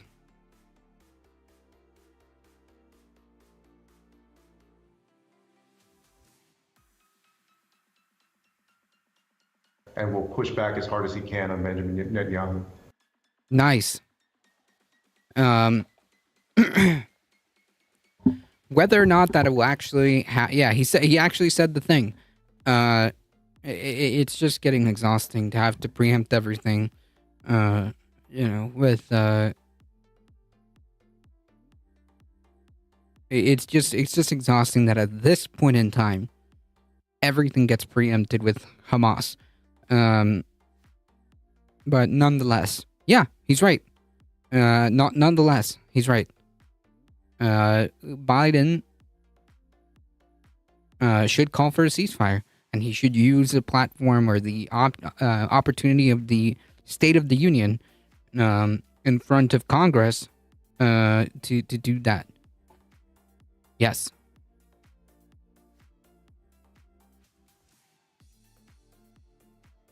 That being said, this is to it is good to hear because it means that more and more weight and more push is being given to stop this genocide.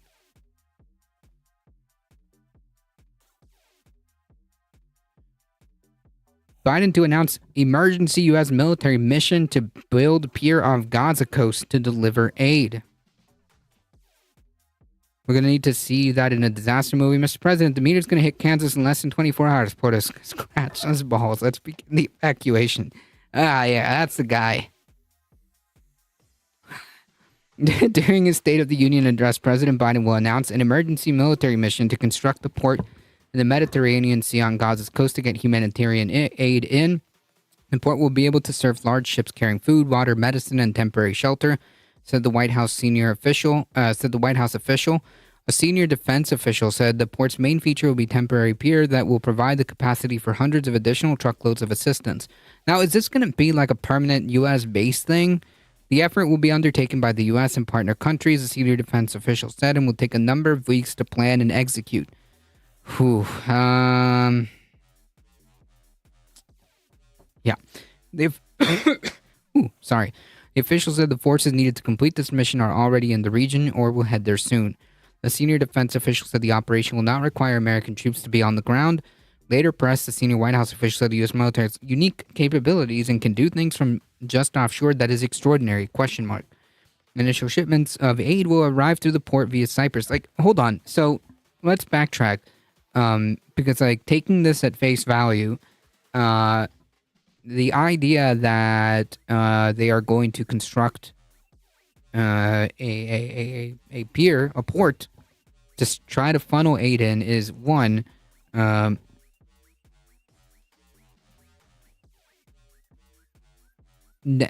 think that if Israel does not allow more aid, it's necessary.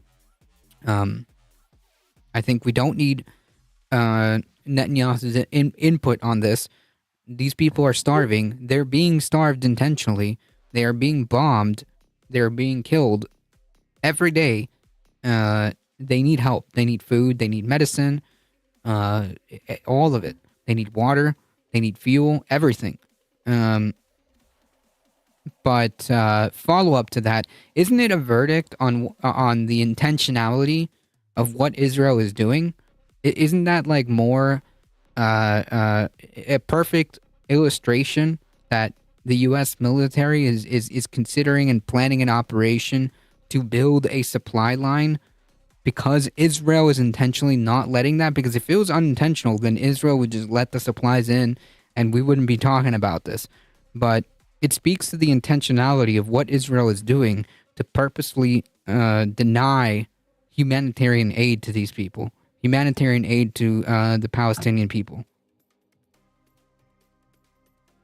That official told reporters that the U.S. continues to push Israel to allow more aid into Gaza by land, saying it's the most efficient, cost-effective option. If so, then it sounds like Israel is doing this on purpose. There's no excuse. There's no other way of reading this, right? Like, how much more clear does it need to freaking be to just tell Netanyahu to stop?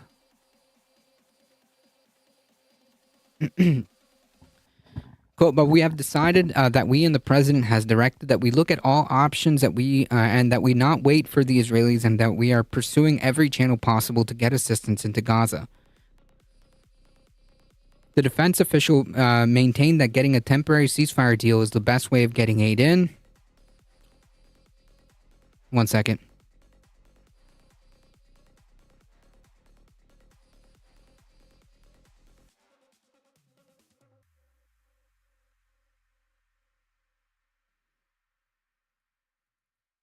You were saying?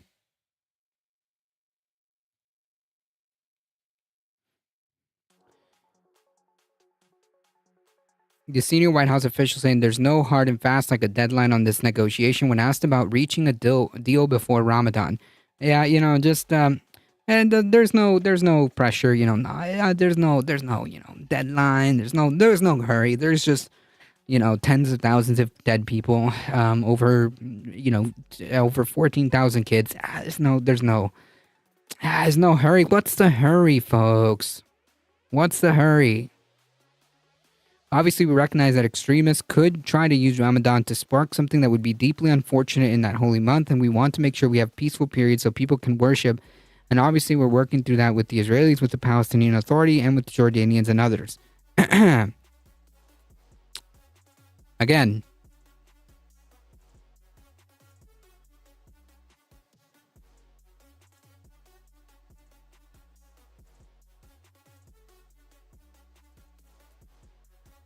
senior defense officials said the U.S. has provided more than $180 million worth in aid to Gaza since the war began on October 7th. But how much to Israel? But the truth is, we know that the aid flowing into Gaza is nowhere near enough and nowhere near fast enough. So then you can't play fast and loose with deadlines if people are dying, starving, and being bombed. The president will make clear again this evening that we will need to do more and that the United States is doing more, and we're seeking to use every channel possible to get additional assistance to Gaza. Hey, here's one. Call up Netanyahu and tell him to stop. Otherwise, the other option he has is that all U.S. aid will be suspended. All aid, everything. You will be cut off. How about that avenue? Can we get that channel going? Until Biden himself gets on the phone and tells Netanyahu, you need to stop or I will make a public announcement and I will use the time that I have left in power, and even after I'm done being president, whether or not I win the election, I will make sure to use that to pressure Congress to not give you a dime. I will make a public announcement that I, as the president of the United States, will not provide any aid, and I will instruct Congress to stop allocating any aid to Israel. I will veto any bill that contains aid to Israel. You need to stop. That's it. Until that happens, you are not using every channel possible. Okay? Until you do that and actually use the office of the presidency and say, hey, you need to cut this genocide shit out. Otherwise, if you don't within the next 24 hours, I'm just going to make a public announcement. And in fact, today would be the perfect time to make that announcement in front of all of Congress, that's being televised nationally and to the world, that we and I do not support you. And if Congress wants to give me a bill with aid to Israel, then I will veto it. I'm not playing around. And then that's it. Boom. Phone call over. Yeah, grow some balls and then scratch them. Until then, you are not using every channel possible. You're just letting Netanyahu do whatever he wants. The defense official said Israel has been working in recent days to establish a third land crossing into Gaza that will allow aid to flow directly to the population in North Gaza that is in dire need of assistance. The U.S. expects first delivery via this passage over the next week. The Pentagon official also said the U.S. made its third airdrop into Gaza Thursday morning. Today, the three drops include 192 bundles totaling 113,000 meals. For how many people? For how many people? 1.4 million? Yeah. And if you are being put in the position that you have to airdrop this, who is blocking that aid? Why isn't it flowing? Oh.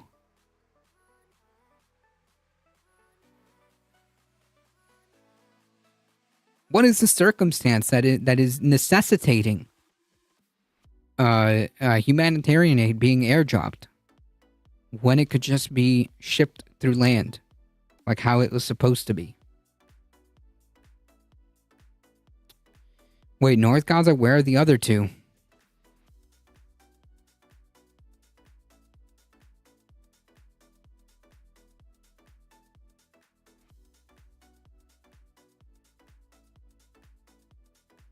I wouldn't hold my breath for a serious call to cease for a ceasefire and stop this. I don't expect it from this administration, but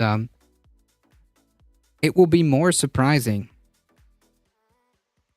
if Biden gets forceful and gives Netanyahu an ultimatum.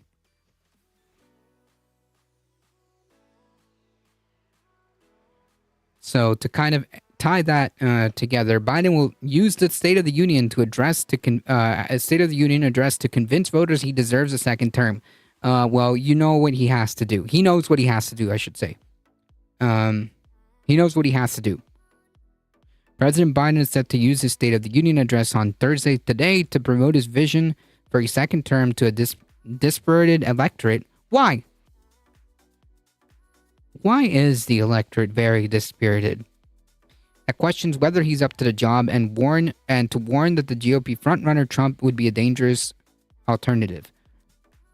So again, if you're serious about that, if you're serious, and I'm not disputing that because he's right, Donald Trump is a dangerous alternative, and you're serious, and you recognize that you have a dispirited electorate, and you know the reason why they are dispirited, angry, or apathetic, maybe you should try to fix that. Biden's third such address from the House rostrum will be something of an on-the-job interview as the nation's oldest president tries to quell voters concerned about his age and job performance while sharpening the contrast with his all but certain November rival. The president hopes to showcase his accomplishments on infrastructure and manufacturing, as well as push for action on aid to Ukraine, tougher migration rule. Yeah, that's going to play well. Lower drug prices, among other issues. But as he does so, the 81-year-old president will be closely watched not just for his message, but whether he can deliver it with vigor and command. The State of the Union is strong and will also end if my opponent wins. Yeah. True.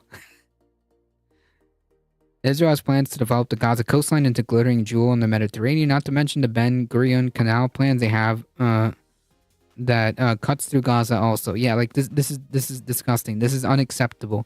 Like, oh, it's also infuriating because like there's literally not much we can do other than support organizations that are trying to aid people. All we can do is try to send support to organizations that are, you know, in the front lines there trying to provide humanitarian aid to the Palestinian people. Trump is also developing over there, and I would bet most politicians are heavily personally invested in development there. I can't take credit for that. I think it was Nina Turner. Gotcha.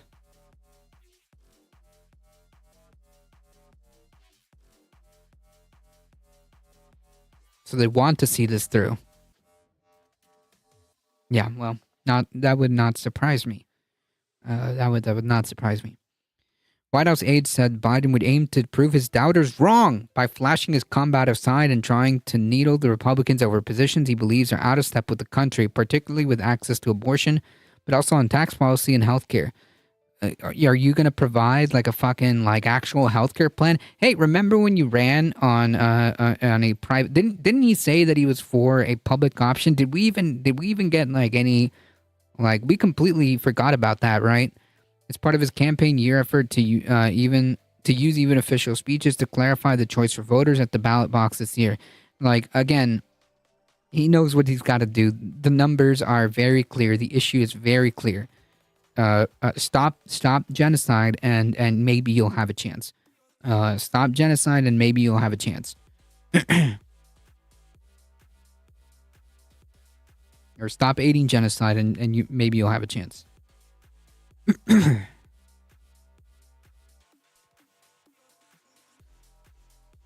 Everything we're getting shown to us from the administration is jingling shiny keys of distraction in front of us and enough visible assistance to take smoke off themselves. Yeah. Yep, that may be the case, but it's not going to work. It's not going to work. It's not working. Nope. Not gonna work this time, I think.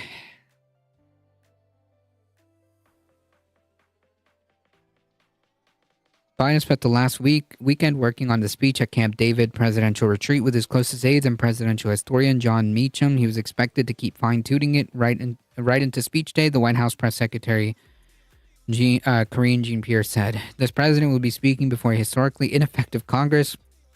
And the GOP-led House Speaker Mike Johnson took power 5 months ago after the chaotic ouster of former Speaker Kevin McCarthy. Legislators are still struggling to approve funding bills for the current year and have been deadlocked for months on foreign assistance bills to help Ukraine stave off Russia's invasion and support Israel's genocide. The State of the Union address is a marquee night of the White House calendar, offering President a direct line to a captive audience of lawmakers and dignitaries in the House chamber and tens of millions of viewers at home. Even so, the night has lost some of its luster as viewership has declined. Why? Still, said Michael Waldman, a speechwriter for the Clinton White House, it may not be as big as Taylor Swift at the Super Bowl, but it's a big audience for political speech. Biden aides inside the White House and on his campaign are hoping hoping for some fresh viral moments like when he tussled last year with heckling Republicans and chided them for past efforts to cut Medicare and Social Security. Anything but just addressing the main problem, and literally anything. Like, yeah, we're hoping for some clips that we can post. Not any actual, like, policy proposals or promises or campaign promises coming into it's basically election season right now. Like general election season. The primary is over. It's basically the general election right now, going forward. And we're just hoping for some fresh viral moments. Okay. Johnson, eager to avoid a similar episode in this year, in a private meeting on Wednesday, urged Republicans to show decorum during the speech, according to a person familiar with remarks to lawmakers. Biden goes into the speech with work to do, shoring up his standing just at 38% of U.S. adults showing approve how he's handling his job as president, while 61 disapprove, according to a recent survey by the AP North Center for Public Affairs Research. The same survey found that more than 6 in 10, or 63%, say they're not very or not at all confident in Biden's mental capability to serve as effectively as president. But a similar but slightly smaller share say that Trump lacks the memory and acuity for the job. Nice. These are the two choices that are being put forth here. Phenomenal. The already intense scrutiny of Biden's age was magnified when Special Counsel Robert Hur raised questions about the president's mental acuity in his report last month on Biden's handling of classified information. Jim Messina, the former President Barack Obama's 2012 campaign manager, said a Thursday speech offers Biden an important opportunity to address voter concerns like supporting genocide. The more people see him doing his job, the better, said Messina, and the more people see him out there being the president of the United States, the better off we are. With her set to testify on Tuesday before lawmakers about his investigation, Messina said Biden's address could serve as a pre-buttal for the special counsel's appearance. Biden is expected to paint an optimistic future for the country as a massive pieces of legislation he signed into law during his first 2 years of office are implemented. But he was also set to warn that the progress he sees at home and abroad is fragile and particularly vulnerable if Trump returns to the White House. Maybe you should strengthen that by listening to the electorate, by listening to the people who are telling you why they're angry, particularly the people who would otherwise show up to vote for you. Republicans, in contrast, are describing the current state of the union with dark, menacing terms like crisis and catastrophe that echo the dismal tones Trump sounds on a campaign trail. Quote, America is in decline and nothing he says tomorrow is going to change that, said Johnson. This is like, every time I see rhetoric like this, it's fascist rhetoric. Trump, for his part, he planned to respond in real time to Biden's remark on his Truth Social platform. Because, of course, this year Biden could also face protests and heightened emotions among his base supporters over his staunch backing for Israel's genocide.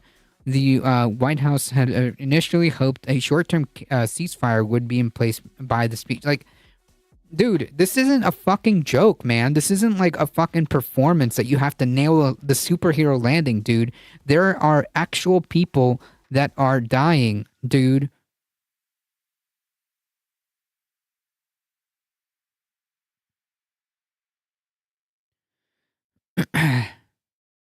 This isn't something that you can try to like do a PR thing while tens of thousands of people are dying and pretend and try to do a superhero landing for the fucking cameras, dude. That's not how this works. The article said the port is being established in north of Gaza. All the Gazans were driven into the south. The only thing in the north should be the initial groups organizing to rebuild the Israeli settlements. Oh, shoot. I didn't even catch that. You're right.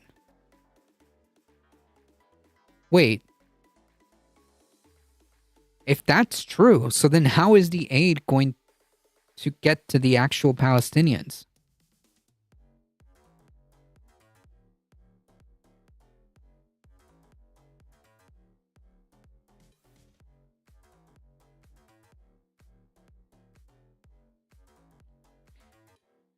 Whew. Wow, this is a freaking disaster.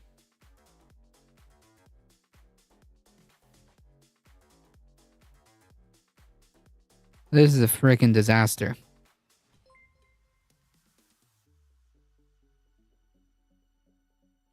Hail the Beast, rating with a party of 32. Welcome, everybody. Welcome, welcome, welcome. Folks, if you do have a moment, please consider supporting Hildebeest. Thank you so much for bringing your wonderful community. Happy anniversary. Thank you. Affiliate anniversary. Please consider following them. Raid, thank you. Thank you, Hildebeest. Thank you. If you enjoy your stay, folks, please consider hitting the follow button. And again, yeah, superhuman powers of observation. Yeah, yes, thank you for pointing that out, Conscious Caduck. If they're building that supposed bridge in the north of Gaza, how exactly is that aid going? Aren't we facing the exact same problems of getting the aid directly to the Palestinian people? Jesus, this is a freaking disaster. This is a freaking disaster. This year, Biden could also face protests and heightened emotions, particularly among his base supporters over his staunch backing for Israel's genocide. The White House had initially hoped for a short-term ceasefire would be in place by the speech. Again, this isn't a freaking joke, man. This isn't like a fucking Marvel movie to try to land a superhero landing, okay? You're not gonna optics your way out of that. Sorry. It blames Hamas for not yet accepting a deal brokered by the U.S. and allies. Hold on. I just closed it.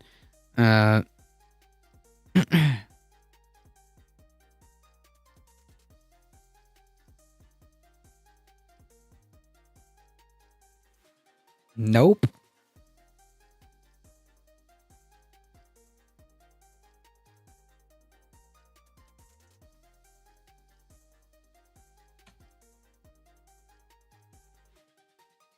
Amid growing concerns about the dire humanitarian situation in Gaza, Biden will announce his address that he has directed the U.S. military to establish a temporary port on the Gaza coast aimed at increasing the flow of aid into the beleaguered territory, according to senior administration officials. The president will also issue an emphatic call to lawmakers to pass sorely needed defense spending for Ukraine. Acute ammunition shortages have allowed Russia to retake offensive in the 2-year-old war. The GOP-controlled House has refused to act on Senate-passed versions of the aid legislation, insisting on stiffer measures to limit migration at the U.S.-Mexico border. After Trump used his influence to sink a bipartisan compromise, it was not a compromise. A compromise meaning you would have given something, but this was not a compromise. This is actually an incorrect framing. This was just giving the Republicans what they wanted. This was not a compromise by any stretch of the imagination. I imagine some supplies will reach the South, only a fraction of what comes ashore, though. Yeah. Senator Murphy, a Connecticut Democrat, said he was expecting that Biden knocks Republicans in the teeth for rejecting the border security deal. Yeah, you show them. This is exactly what your base wants. Show them that you're going to be more Republican than they are.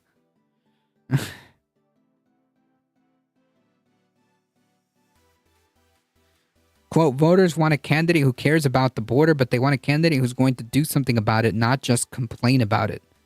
Yeah, completely delusional. This is delusional.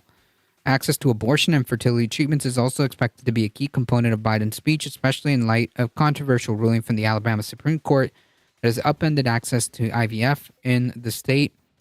The First Lady, Joe Biden's guest for the speech, will be Kate Cox, who sued Texas and ultimately left her home state to obtain an emergency abortion after a severe fetal anomaly was detected. The White House has also invited union leaders, gun control advocates, and others that Jill Biden and her husband have met as they traveled the country promoting his agenda. The Prime Minister of Sweden Ulf Christensen will attend to mark his country's accession to NATO in the wake of Russia's war in Ukraine. Going into the State of the Union, Biden has also raised the problems of shrinkflation, companies putting fewer pretzels in the jar and less yogurt in sealed cups, and so-called junk fees on services. Neither is a prime driver of inflation, but the White House hopes to show consumers that Biden is fighting for them.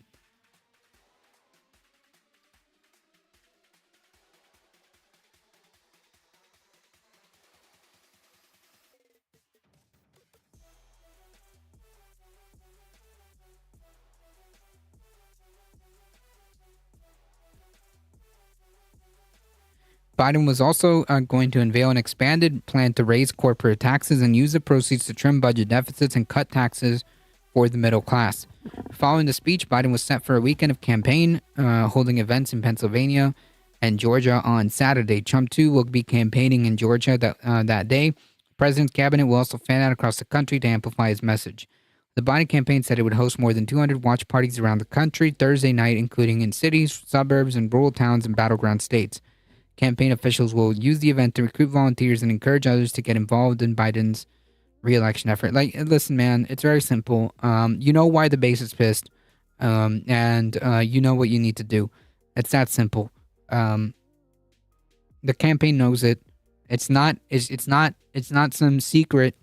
It's not a secret at all. The campaign knows it.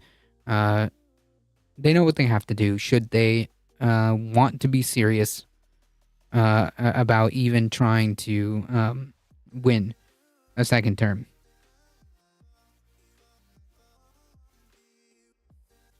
They know what they need to do.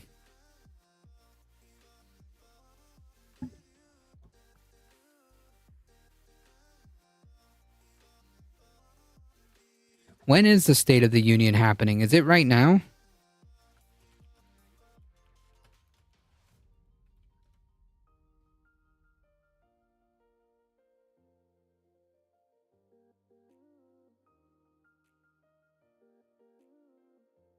Oh, it's in 2 hours.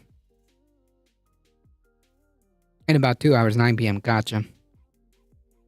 Yep, 2 hours. Okay.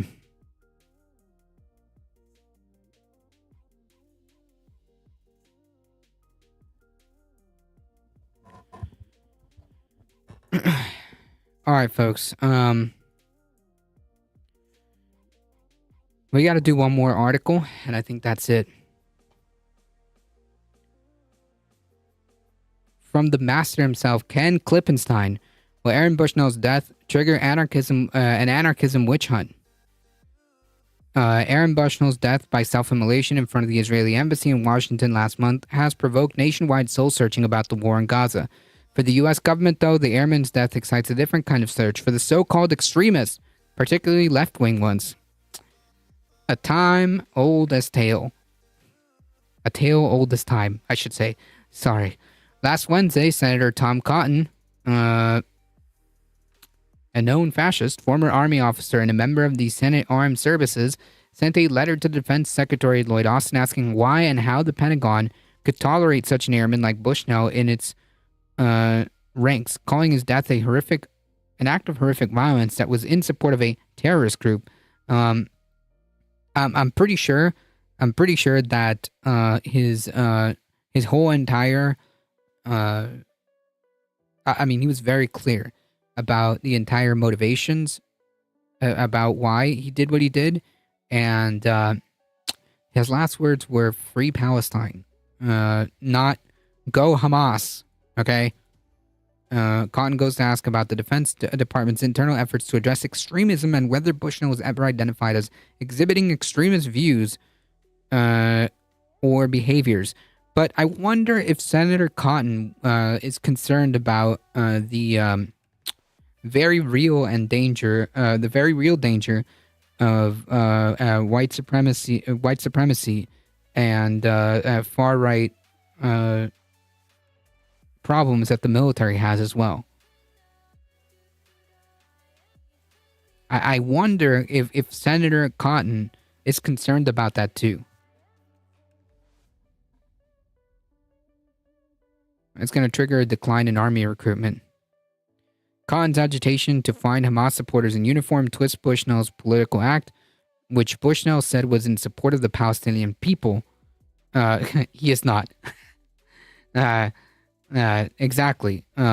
He said it. He literally it couldn't be clear as to why he articulated the reasons why he did what he did. But it also follows a longstanding urging by other members of Congress like Chuck Grassley, ranking Republican of the Judiciary Committee and former President pro tempore of the Senate, for the military to pursue some kind of similar treatment for leftists.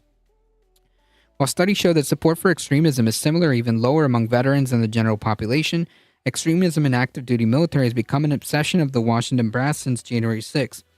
Soon after taking office, the new Secretary of Defense, Austin, a retired Army general, directed the military to conduct an all-hands stand-down to address extremism in the ranks, commissioning a number of panels and studies to evaluate white nationalism and neo-Nazi support among service members. Not Philippe, thank you for the follow. Outside the Defense Department, the FBI is responsible for domestic counterterrorism. Since Israel's war on Gaza began last October, it has been focused on any foreign blowback on the United States. In a year when the foreign terrorism threat was already elevated, the ongoing war in the Middle East has raised the threat of an attack against Americans inside the U.S. to a whole other level, said FBI Director. This is like, damn, bro, what freaking year is this? Holy yikes. What year is it? Is this 2000? Is this like 2001? Circa 2001? We cannot and do not discount the possibility that Hamas or another foreign terrorist organization may exploit the current conflict, current genocide, to conduct attacks here. While Bushnell's death and congressional pressure opened the door to build some speculative link between domestic supporters of Palestine and the Bureau's foreign-oriented anti-Hamas work, though Bushnell's suicide was intended to demonstrate his anguish over the plight of the Palestinian civilians, he also embraced anarchism, or at least a present-day articulation of anarchism that is a general rejection of established authority. Bushnell's posts on Reddit and other social media platforms before his death reflected his embrace of anarchism, and he chose the anarchist symbol as his profile picture for the Twitch account he used to live stream his self-immolation. His Facebook page also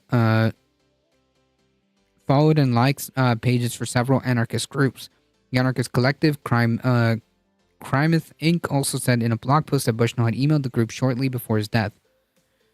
Bushnell was also a community activist in San Antonio, Texas, where he was stationed. The Democratic Socialists of America San Antonio chapter issued a statement expressing solidarity with Bushnell and mentioning his work with them on homelessness. He was an anarchist, said San Antonio DSA member who interacted with CrimethInc. I'm sorry, you're right, CrimethInc. That's much, yeah. You're right. The DSA of America San Antonio chapter issued a statement expressing solidarity with Bushnell and mentioning his work with them on homelessness. He was an anarchist, said the San Antonio DSA member who interacted with Bushnell told The Intercept, asking that their name not be used. He has a good nose for recognizing coercive and unhealthy organizing structures and practices, and was very intentional about his relationship with other people. Since 2019, the FBI has used 5 threat categories to describe domestic terrorism: racially or ethnically motivated, violent extremism, anti-government or anti-authority violent extremism, animal rights or environmental violent extremism, abortion-related violent extremism, and all other domestic terrorism threat, which is defined as furtherance of political or social agendas which are not otherwise exclusively defined under one's threat category. The AGAAV threat, the FBI says, includes anarchist violent extremists, militia violent extremists, sovereign citizen violent extremists, and other violent extremists. FBI data reveals that 31% of its investigations relate to AGAAVEs, and 60% of all other investigations include cases categorized as agave. Okay, I'm using agave. And civil unrest. Most of the focus since January 6th has been on groups that participated in the insurrection.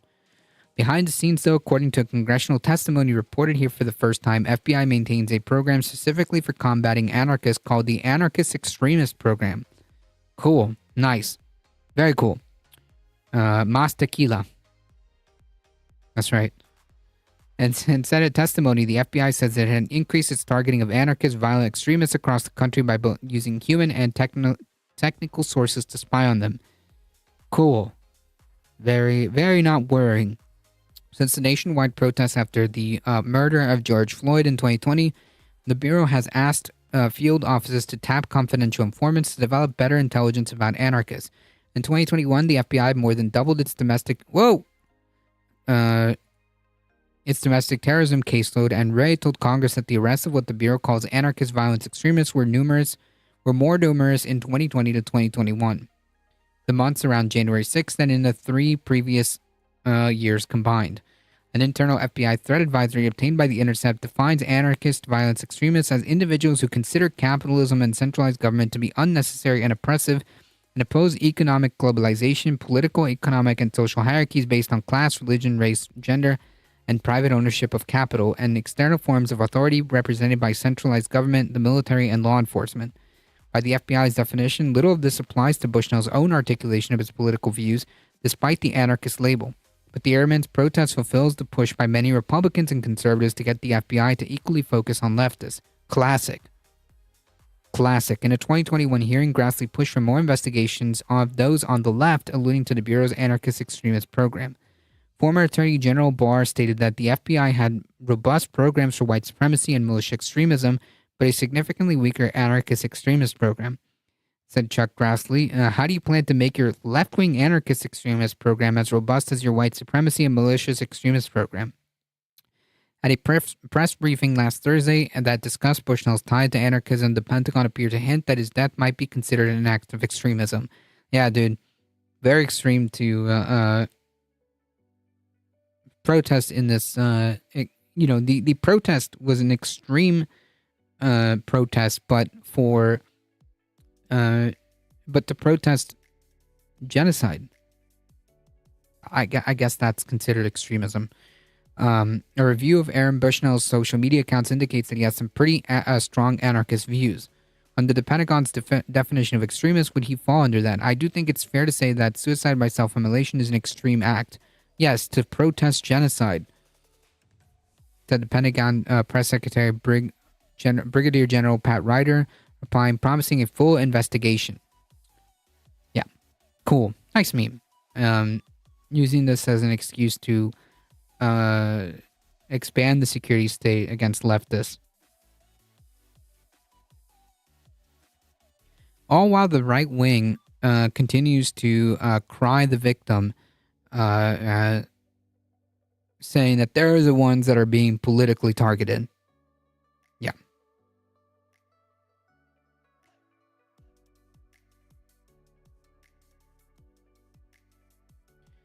Not surprising that instead of having some introspection and saying, like, wait a minute, what are we doing here that's causing this extreme act? And what can we do to alleviate that? That people are resorting to to this extreme act. What is it that we can do to stop that? Instead, it's just like, oh yeah, perfect excuse to expand the police state to target lefties. Yeah, perfect. That's what we'll go with.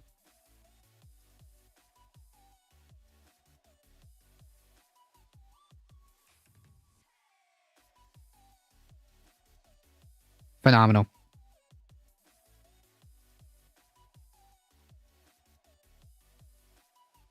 All right, folks, we made it. We got through all the articles. I do got to get going. I appreciate all of you guys hanging out.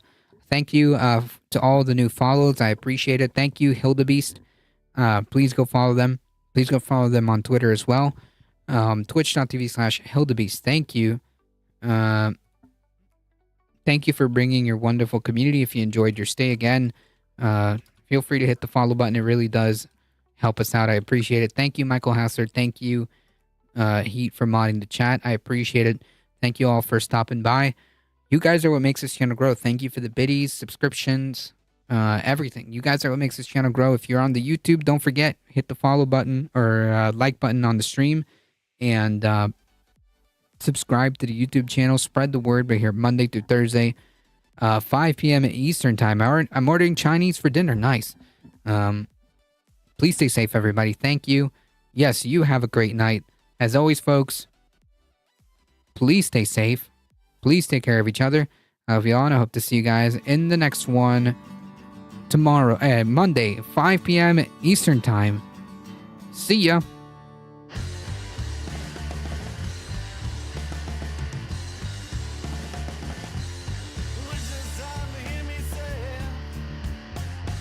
Join the Discord, yes.